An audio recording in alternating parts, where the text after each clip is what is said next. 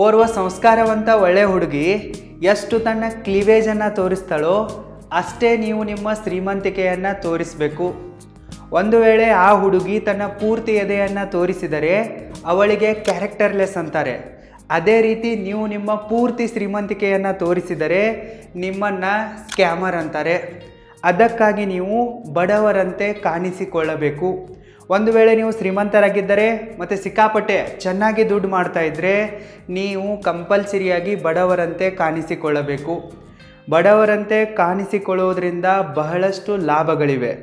ನೀವು ಬಡವರಂತೆ ಕಾಣಿಸಿಕೊಳ್ಳೋದ್ರಿಂದ ನೀವು ಮತ್ತಷ್ಟು ಶ್ರೀಮಂತರಾಗ್ತೀರಾ ಮತ್ತು ಶ್ರೀಮಂತರಾಗೇ ಇರ್ತೀರ. ಅದಕ್ಕಾಗಿಯೇ ನಾನು ನಿಮಗೆ ಬಡವರಂತೆ ಕಾಣಿಸಿಕೊಳ್ಳಿ ಅಂತ ಹೇಳ್ತಾ ಇರುವೆ. ಇದರ ಬಗ್ಗೆ ಇನ್ನಷ್ಟು ತಿಳಿದುಕೊಳ್ಳುವುದಕ್ಕಾಗಿ ಈಗಲೇ ಈ ವಿಡಿಯೋಗೆ ಲೈಕ್ ಮಾಡಿ ಮತ್ತು ಈ ವಿಡಿಯೋವನ್ನು ಕೊನೆಯ ತನಕ ನೋಡಿ. Let's go. ಬಡವರಂತೆ ಕಾಣಿಸಿಕೊಳ್ಳೋ ಒಂದು ಸ್ಟ್ರಾಟರ್ಜಿ ಇದೆಯಲ್ಲ, ಇದು ಇವತ್ತಿನ ಸ್ಟ್ರಾಟರ್ಜಿ ಅಲ್ಲ. ಸದ್ಯಕ್ಕೆ ಇಂಟರ್ನೆಟ್ನಲ್ಲಿ ಲುಕ್ ಪುವರ್ ಅನ್ನೋ ಒಂದು ಹ್ಯಾಶ್ಟ್ಯಾಗು ಟ್ರೆಂಡ್ ಆಗ್ತಾ ಇದೆ. ಬಡವರಂತೆ ಕಾಣಿಸಿಕೊಳ್ಳಿ, ಲುಕ್ ಪುವರ್ ಅನ್ನೋ ಒಂದು ಟ್ರೆಂಡ್ ನಡೀತಾ ಇದೆ. ಯೂಟ್ಯೂಬಲ್ಲಿ, ಟ್ವಿಟ್ಟರಲ್ಲಿ ಎಲ್ಲ ಕಡೆಗೂ ನಡೀತಾ ಇದೆ. ಆದರೆ ಇದೇನು ಇವತ್ತಿನ ಟ್ರೆಂಡ್ ಅಲ್ಲ. ಇದನ್ನು ಬಿಲಿಯನಿಯರ್ಗಳು ಮತ್ತು ರಿಯಲಿ ರಿಚ್ ಆಗಿರುವ ಜನರು ನೂರಾರು ವರ್ಷಗಳಿಂದ ಫಾಲೋ ಮಾಡ್ತಾ ಬರ್ತಾ ಇದ್ದಾರೆ.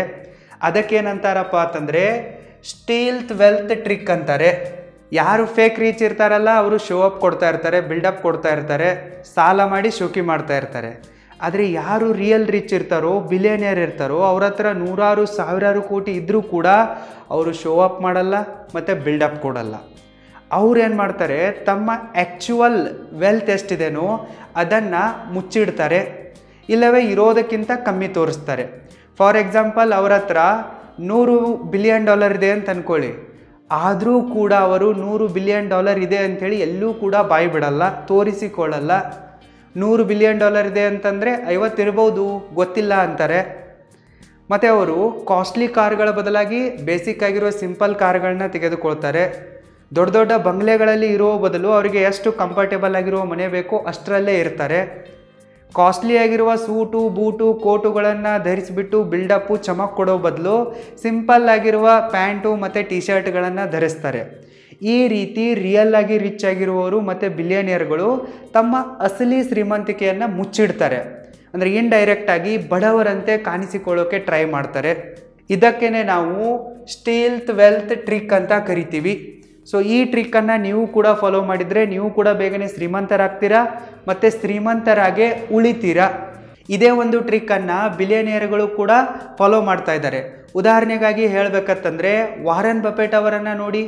ಅವರು ಎಷ್ಟೊಂದು ಸಿಂಪಲ್ಲಾಗಿ ಬಟ್ಟೆ ಹಾಕ್ತಾರೆ, ಸಿಂಪಲ್ಲಾಗಿರುವ ಮನೆಯಲ್ಲಿದ್ದಾರೆ, ಅವ್ರ ಕಾರ್ ಹೆಂಗಿದೆ ನೋಡಿ. ಇದೇ ರೀತಿ ಸ್ಟೀವ್ ಜಾಬ್ಸ್ ಅವರನ್ನು ನೋಡಿ. ಸ್ಟೀವ್ ಜಾಬ್ಸ್ ಅವರು ಭಾರತದ ಮತ್ತು ಇಡೀ ಜಗತ್ತಿನ ನಕಲಿ ಶ್ರೀಮಂತರಿಗೆ, ಅಂದರೆ ಸಾಲ ಮಾಡಿ ಶೋಕಿ ಮಾಡುವವರಿಗೆ, ಬಡವರಿಗೆ ಐಫೋನನ್ನು ಮಾರುವುದಕ್ಕಾಗಿ ರಿಲೇಟಿಬಿಲಿಟಿ ಬೇಕಲ್ಲ, ಅದಕ್ಕಾಗಿ ಅವರು ಕೂಡ ಸಿಂಪಲ್ ಆಗಿರುವ ಒಂದು ಜಾಕೆಟು, ಒಂದು ಸಿಂಪಲ್ ಪ್ಯಾಂಟು, ಒಂದು ಚಸ್ಮಾ, ಇದೇ ರೀತಿಯಾಗಿ ತಮ್ಮ ಒಂದು ಔಟ್ಲುಕ್ಕನ್ನು ಮಾಡಿದರು. ಸೊ ಭಾರತದ ರಾಕೇಶ್ ಜುಂಜುನ್ವಾಲಾ ಅವರನ್ನು ನೋಡಿ, ನಿಮಗೆ ಗೊತ್ತಾಗುತ್ತೆ. ಸೊ ಇನ್ನು ಕರ್ನಾಟಕದ ಎಕ್ಸಾಂಪಲನ್ನು ಕೊಡಬೇಕಂತಂದರೆ ವಿಜಯ್ ಸಂಕೇಶ್ವರ್ ಅವರನ್ನು ನೋಡಿ.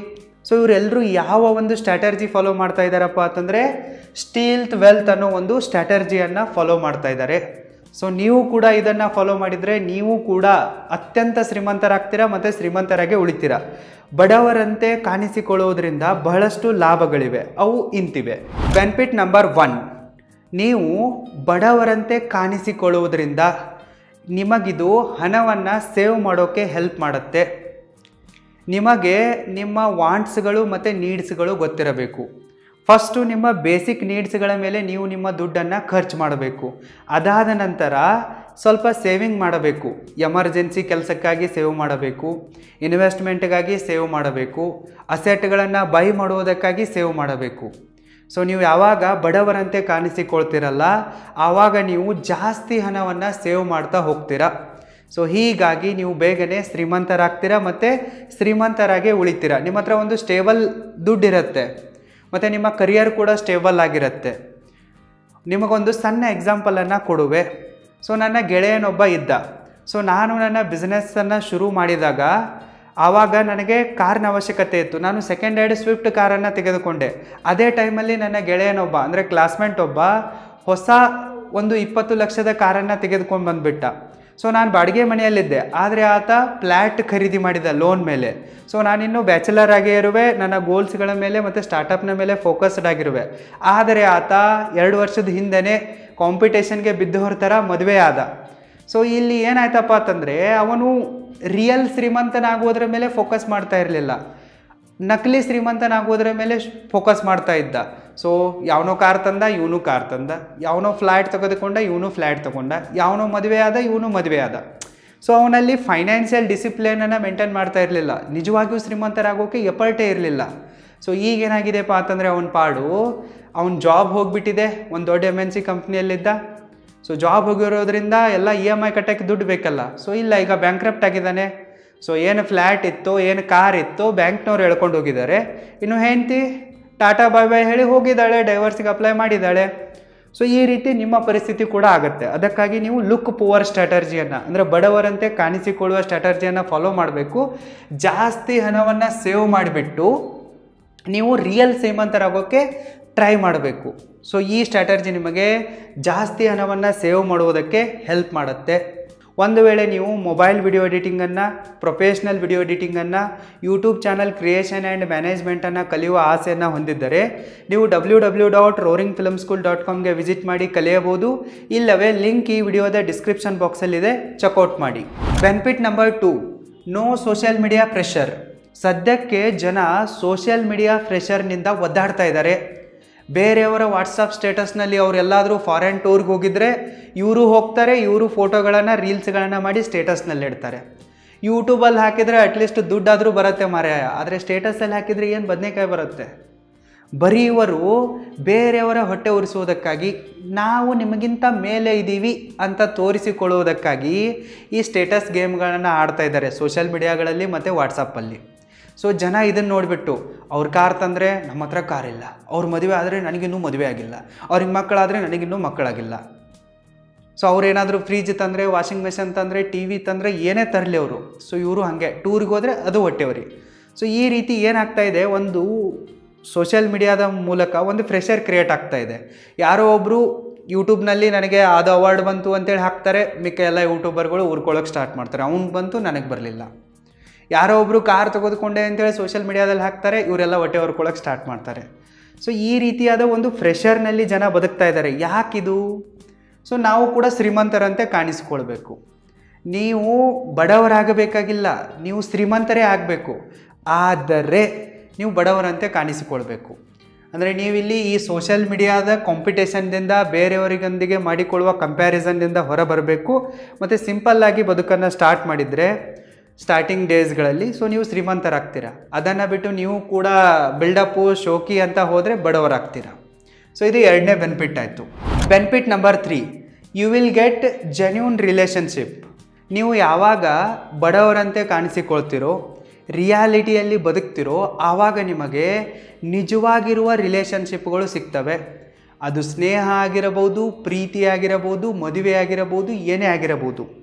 ಸೊ ಯಾವಾಗ ನೀವು ಬಡವರಂತೆ ಕಾಣಿಸಿಕೊಳ್ತಿರಲ್ಲ, ಆವಾಗ ನಿಜವಾಗಿರುವ ರಿಲೇಷನ್ಶಿಪ್ಗಳು ಸಿಗ್ತವೆ. ಅದನ್ನು ಬಿಟ್ಟು ನೀವು ಸಾಲ ಮಾಡಿ ಶ್ರೀಮಂತರಂತ ತೋರಿಸಿಕೊಂಡ್ರೆ, ಶ್ರೀಮಂತರ ಥರ ಬಿಲ್ಡಪ್ ಕೊಡೋ ಥರ ಆ್ಯಕ್ಟಿಂಗ್ ಮಾಡ್ತಾಯಿದ್ರೆ, ಸೊ ಆವಾಗ ಜನ ನಿಮ್ಮನ್ನು ನೋಡಿ ಬರಲ್ಲ. ನಿಮ್ಮ ಹತ್ರ ಏನು ತೋರಿಸ್ತಾ ಇರ್ತೀರಲ್ಲ, ಐಫೋನು, ಬ್ರ್ಯಾಂಡೆಡ್ ಆಗಿರುವ ಶರ್ಟು, ಬೂಟು, ವಾಚು, ಕಾರು, ದೊಡ್ಡ ದೊಡ್ಡ ಫ್ಲ್ಯಾಟು, ಸೊ ಇದನ್ನು ನೋಡಿ ಬರ್ತಾ ಇರ್ತಾರೆ, ನಿಮ್ಮನ್ನು ನೋಡಿ ಅಲ್ಲ. ಬಟ್ ನೀವು ಸಿಂಪಲ್ ಆಗಿದ್ದರೆ, ಬಡವರ ಥರ ಇದ್ದರೆ, ನಿಮಗೆ ವ್ಯಾಲ್ಯೂ ಕೊಟ್ಟು ನಿಮ್ಮಲ್ಲಿರುವ ಗುಣವನ್ನು ನೋಡಿ ದೋಸ್ತಿ ಆಗುತ್ತೆ, ಪ್ರೀತಿ ಆಗುತ್ತೆ. ಹಣವನ್ನು ನೋಡಿ ಅಲ್ಲ, ಸ್ಟೇಟಸನ್ನು ನೋಡಿ ಅಲ್ಲ.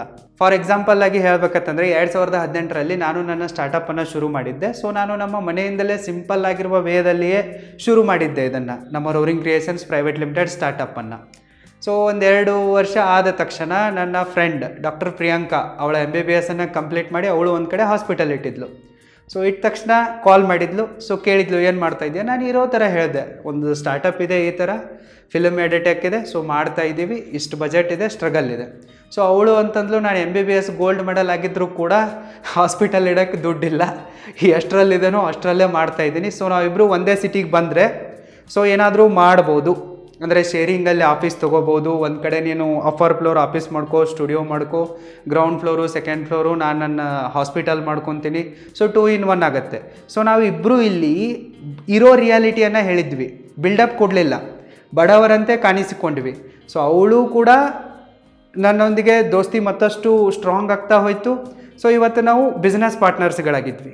ಸೊ ಈ ರೀತಿ ನಿಮಗೆ ರಿಯಲ್ ಆಗಿರುವ ರಿಲೇಷನ್ಶಿಪ್ಗಳು ಕೊಡ್ತವೆ. ಅದೇ ಜಾಗದಲ್ಲಿ ನಾನು ನಂದೆಲ್ಲ ಸಕ್ಸಸ್ಫುಲ್ ಆಗಿದೆ, ಅದಿದೆ ಇದಿದೆ ಅಂತೇಳಿ ಬೋಗಸ್ ಹೇಳಿದರೆ, ಸೊ ಅವಳು ಒಂದೇನೋ ಹೇಳಿಬಿಟ್ಟಿದ್ರೆ, ಸೊ ನಾನು ಅವಳಿಗೆ ದುಡ್ಡು ಕೇಳ್ತಾ ಇದ್ದೆ, ಅವಳು ನನಗೆ ದುಡ್ಡು ಕೇಳ್ತಾ ಇದ್ಲು, ಕೊಡು ಕಮ್ಮಿ ಬಿದ್ದಿದೆ ಅಂತೇಳಿ ಈ ಥರ ಆಗೋ ಚಾನ್ಸಸ್ ಇತ್ತು. ಫೇಕ್ ರಿಲೇಷನ್ಶಿಪ್ಗಳಿಂದ ನೀವು ಬಚಾವಾಗ್ತೀರಾ ಬಡವರಂತೆ ಕಾಣಿಸಿಕೊಳ್ಳೋದ್ರಿಂದ.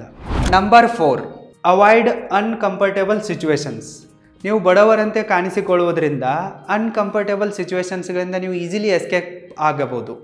ಮತ್ತು ನಿಮ್ಮ ದುಡ್ಡು ಉಳಿಯುತ್ತೆ, ಟೈಮ್ ಕೂಡ ಉಳಿಯುತ್ತೆ, ಮತ್ತು ಮೆಂಟಲ್ ಪೀಸ್ ಕೂಡ ಉಳಿಯುತ್ತೆ. ಹೆಂಗಪ್ಪ ಅಂತಂದರೆ, ನೀವು ನಿಮ್ಮ ಸ್ಯಾಲ್ರಿ ಇಷ್ಟು ಬರ್ತಾ ಇದೆ ಅಂತ ಹೇಳಿದರೆ, ಜಾಸ್ತಿ ಹೇಳಿದರೆ ಜನ ನನಗೂ ಕೊಡೋ ಹಣದ ಅವಶ್ಯಕತೆ ಇದೆ ಅಂತಾರೆ, ಕಮ್ಮಿ ಹೇಳಿದರೆ ಜನ ಕೀಳಾಗಿ ನೋಡ್ತಾರೆ.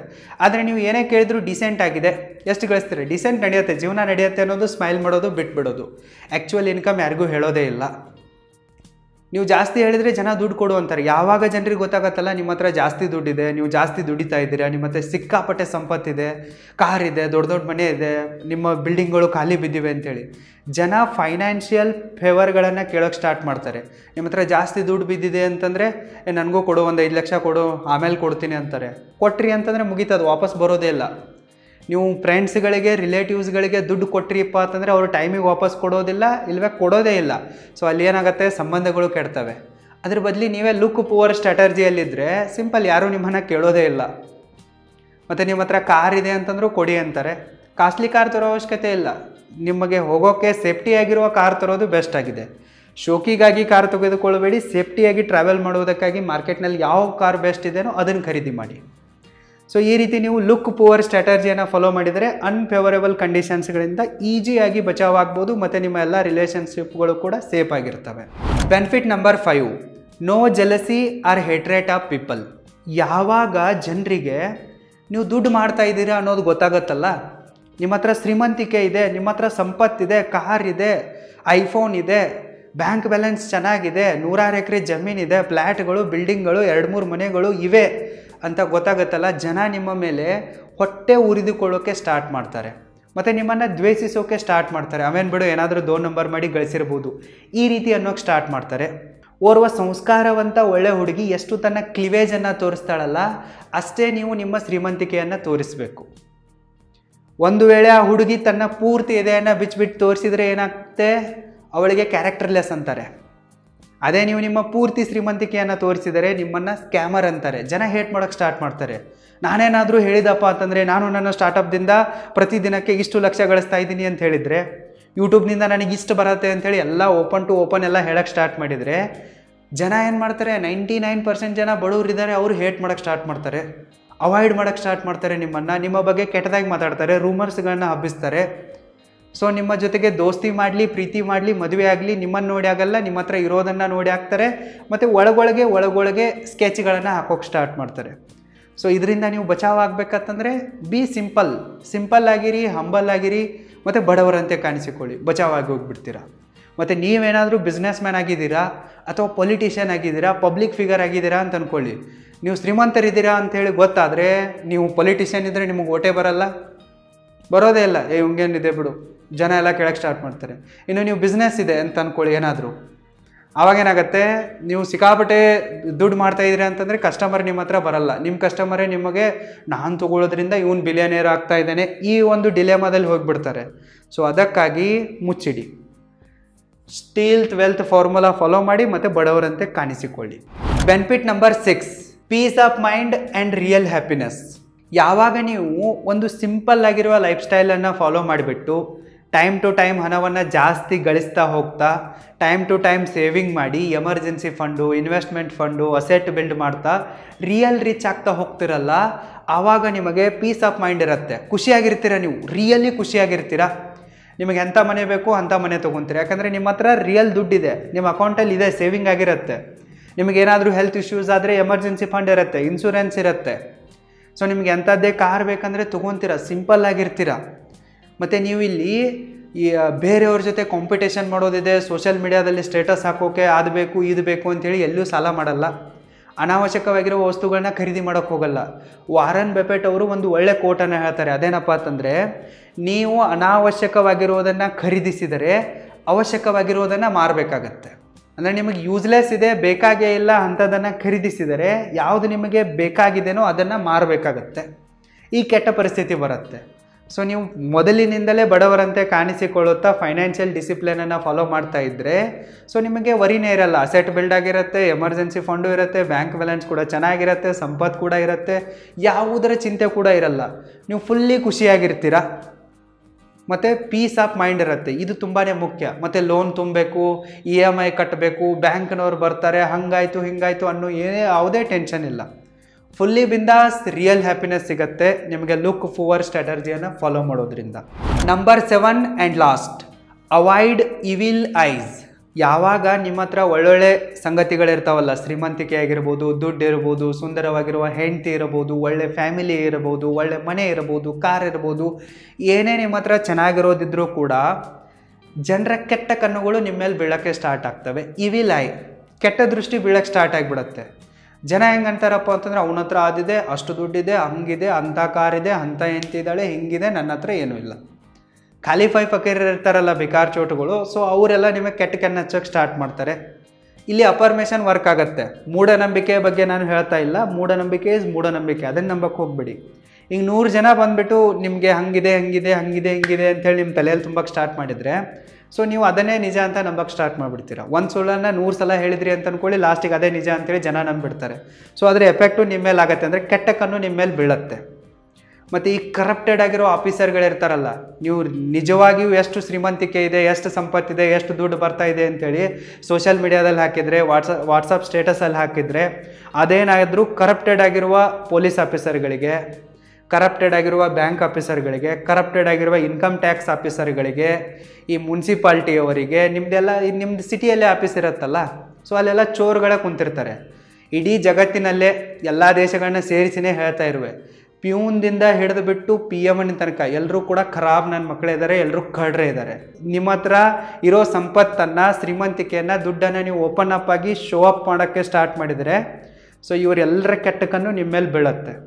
ಸೊ ನೀವು ಅನಾವಶ್ಯಕವಾಗಿರುವ ತೊಂದರೆಗಳನ್ನು ಅನುಭವಿಸಬೇಕಾಗತ್ತೆ, ಎನ್ಕ್ವೈರಿಗಳನ್ನು ಫೇಸ್ ಮಾಡಬೇಕಾಗತ್ತೆ, ED, income tax, CBI raid ಎಲ್ಲನೂ ಕೂಡ ಆಗುತ್ತೆ. ಇದು ಬೇಡಪ್ಪ ಅಂದರೆ ಅವ್ರು ಎಷ್ಟು ಕೇಳ್ತಾರೋ ನೀವು ದುಡ್ದನ್ನೆಲ್ಲ ಕೊಡಬೇಕಾಗತ್ತೆ. ಸೊ ಇಂಥ ಒಂದು ಹುಚ್ಚತನ ಯಾವನಿಗೆ ಬೇಕಾಗಿದೆ? ಸೊ ಅದೇ ನೀವು ಬಡವರಂತೆ ಕಾಣಿಸಿಕೊಳ್ಳೋಕ್ಕೆ ಸ್ಟಾರ್ಟ್ ಮಾಡಿದರೆ ಸೇಫ್ ಆಗಿರ್ತೀರ, ಎಲ್ಲ ಆ್ಯಂಗಲ್ದಿಂದಲೂ ಸೇಫ್ ಆಗಿರ್ತೀರ, ಹ್ಯಾಪಿ ಆಗಿರ್ತೀರ, ಮತ್ತಷ್ಟು ಶ್ರೀಮಂತರಾಗ್ತಾ ಹೋಗ್ತೀರ, ಮತ್ತು ಸತ್ರು ಕೂಡ ಶ್ರೀಮಂತರಾಗೇ ಇರ್ತೀರ. ನಿಮ್ಮ ಹತ್ರ ಎಷ್ಟು ಆಸ್ತಿ ಬರುತ್ತಪ್ಪ ಅಂತಂದರೆ ನಿಮ್ಮ ಇಡೀ ಖಾನ್ದಾನು, ಮಕ್ಕಳು, ಮೊಮ್ಮಕ್ಕಳು, ಮರಿ ಮಕ್ಕಳು ಕೂತು ತಿನ್ನುವಷ್ಟು ಆಸ್ತಿ ಬರುತ್ತೆ, ಜೊತೆಗೆ ಸುಟ್ಟರೂ ಸುಡಲಾರದಷ್ಟು ಆಸ್ತಿ ಆಗುತ್ತೆ. ಸೊ ಅದಕ್ಕಾಗಿಯೇ 100 ವರ್ಷಗಳಿಂದ ಬಿಲಿಯನಿಯರ್ಸ್ಗಳು ಮತ್ತು ರಿಯಲ್ ರಿಚ್ ಪೀಪಲ್ಗಳು ಈ ಸ್ಟೀಲ್ತ್ ವೆಲ್ತ್ ಅನ್ನೋ ಸ್ಟ್ರಾಟರ್ಜಿಯನ್ನು ಫಾಲೋ ಮಾಡಿಬಿಟ್ಟು ಬಡವರಂತೆ ಕಾಣಿಸಿಕೊಳ್ತಾ ಬರ್ತಾ ಇದ್ದಾರೆ. ಸೊ ನಿಮಗಿದು ಇಷ್ಟ ಆದರೆ ನೀವು ಕೂಡ ಫಾಲೋ ಮಾಡಿ. ಒಂದು ವೇಳೆ ನಿಮಗೆ ಟೈಮ್ ಮ್ಯಾನೇಜ್ಮೆಂಟ್ ಸ್ಕಿಲ್ನ ಬಗ್ಗೆ ಕಲಿಯುವ ಆಸೆ ಇದ್ದರೆ, ಮನಿ ಮ್ಯಾನೇಜ್ಮೆಂಟ್ ಸ್ಕಿಲ್ನ ಬಗ್ಗೆ ಕಲಿಯುವ ಆಸೆ ಇದ್ದರೆ, ಸ್ಟಾರ್ಟಪ್ಪು ಮತ್ತು ಫೈನಾನ್ಸ್ನ ಬಗ್ಗೆ ಕಲಿಯುವ ಆಸೆ ಇದ್ದರೆ ನೀವು www.roaringbusinessschool.comಗೆ ವಿಸಿಟ್ ಮಾಡಿ. ಇಲ್ಲವೇ ಲಿಂಕ್ ಈ ವಿಡಿಯೋದ ಡಿಸ್ಕ್ರಿಪ್ಷನ್ ಬಾಕ್ಸಲ್ಲಿದೆ, ಚೆಕ್ಔಟ್ ಮಾಡಿ. All the very best. Thank you so much.